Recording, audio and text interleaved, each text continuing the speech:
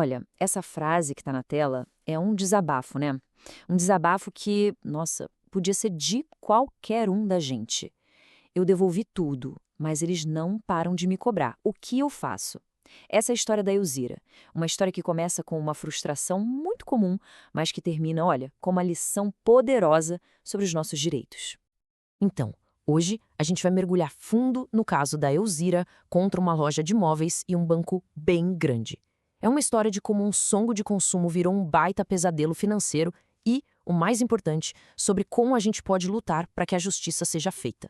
E tudo começou de um jeito super comum, sabe? Aquele desejo que muita gente tem de dar uma repaginada na casa, deixar tudo mais bonito. Mas, para a Elzira, esse sonho foi interrompido bem no começo, por uma falha que deu início a uma longa batalha. Então, essa aqui é a Elzira, aposentada, depois de uma vida inteira de trabalho, tudo que ela queria era um pouquinho mais de conforto em casa. Ela foi lá e fez o que qualquer um de nós faria. Confiou em 2 empresas grandes para realizar esse pequeno sonho. O que podia dar errado, né? Pois é, aí que o problema começa. Os móveis chegam, mas com defeito. A Elzira, claro, fez direitinho o que a lei manda, cancelou a compra e devolveu tudo. Era para a história ter acabado ali, certo? Mas foi exatamente nesse ponto que o verdadeiro pesadelo dela começou. Olha só que loucura o contraste. De um lado, o combinado era simples. A compra foi cancelada por causa do defeito, então as cobranças deveriam parar. Justo, né? Mas a realidade da Elzira foi outra, bem diferente. Uma avalanche de cobranças que não paravam de chegar, boletos e mais boletos, e ligações tratando ela como se fosse uma devedora. Uma quebra de confiança total. Só que Elzira não é de baixar a cabeça, não. Diante de todo esse estresse, dessa injustiça, ela foi buscar ajuda e ela encontrou um aliado muito poderoso.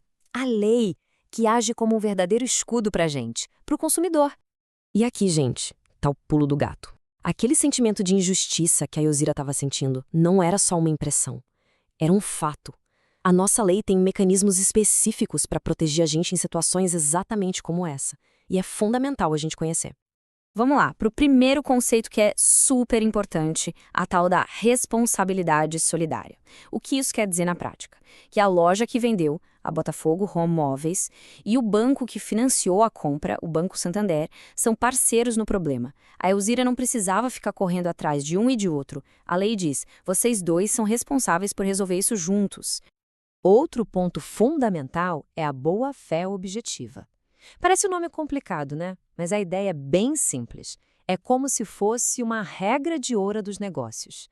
As empresas têm o dever de agir com honestidade e lealdade. Quando elas continuaram cobrando por uma coisa que já tinha sido devolvida, elas quebraram essa regra básica. E sabe aquelas ligações insistentes, aquela pressão para pagar uma coisa que não era mais devida? Isso tem nome, e o nome é práticas abusivas. O nosso Código de Defesa do Consumidor é claríssimo. É proibido que uma empresa se aproveite da vulnerabilidade do cliente desse jeito. Bom, com esses direitos debaixo do braço, a Elzira levou o caso para a justiça. E é a partir daqui que a história vira uma verdadeira batalha judicial. Vamos ver como essa jornada acontecer. Olha, um processo, uma justiça é tipo uma novela, né? Tem altos e baixos. Em janeiro, a luta começa. Rapidinho, em fevereiro, já veio uma grande vitória. O juiz deu uma liminar para suspender as cobranças na hora. Mas nem tudo é um caminho reto. Em agosto, por exemplo, apareceu um obstáculo, a dificuldade de encontrar os réus para entregar a citação. Isso só mostra que a justiça pode ter seus percalços, mas ela não para. E essa primeira vitória, hein? Teve um peso, e um peso grande. O juiz foi firme e estabeleceu uma multa de R$ 1.000. Mas atenção, não era uma multa única, não. Eram R$ 1.000 para cada nova cobrança indevida que fizessem a partir daquela decisão. Uma medida forte para forçar eles a obedecer.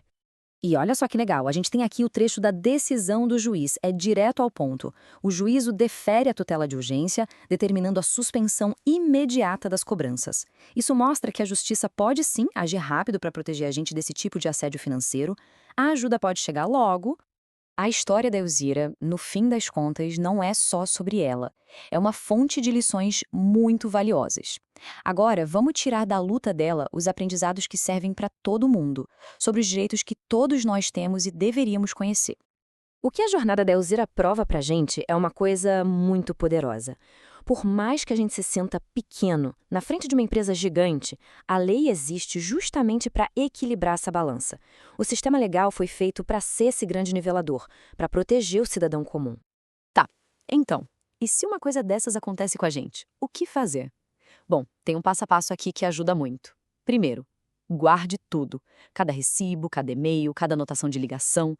Segundo, reclame formalmente com a empresa, de preferência por escrito. Não resolveu? Terceiro passo, busque ajuda em órgãos como o Procon. E, o mais importante, converse com um advogado para entender todas as suas opções.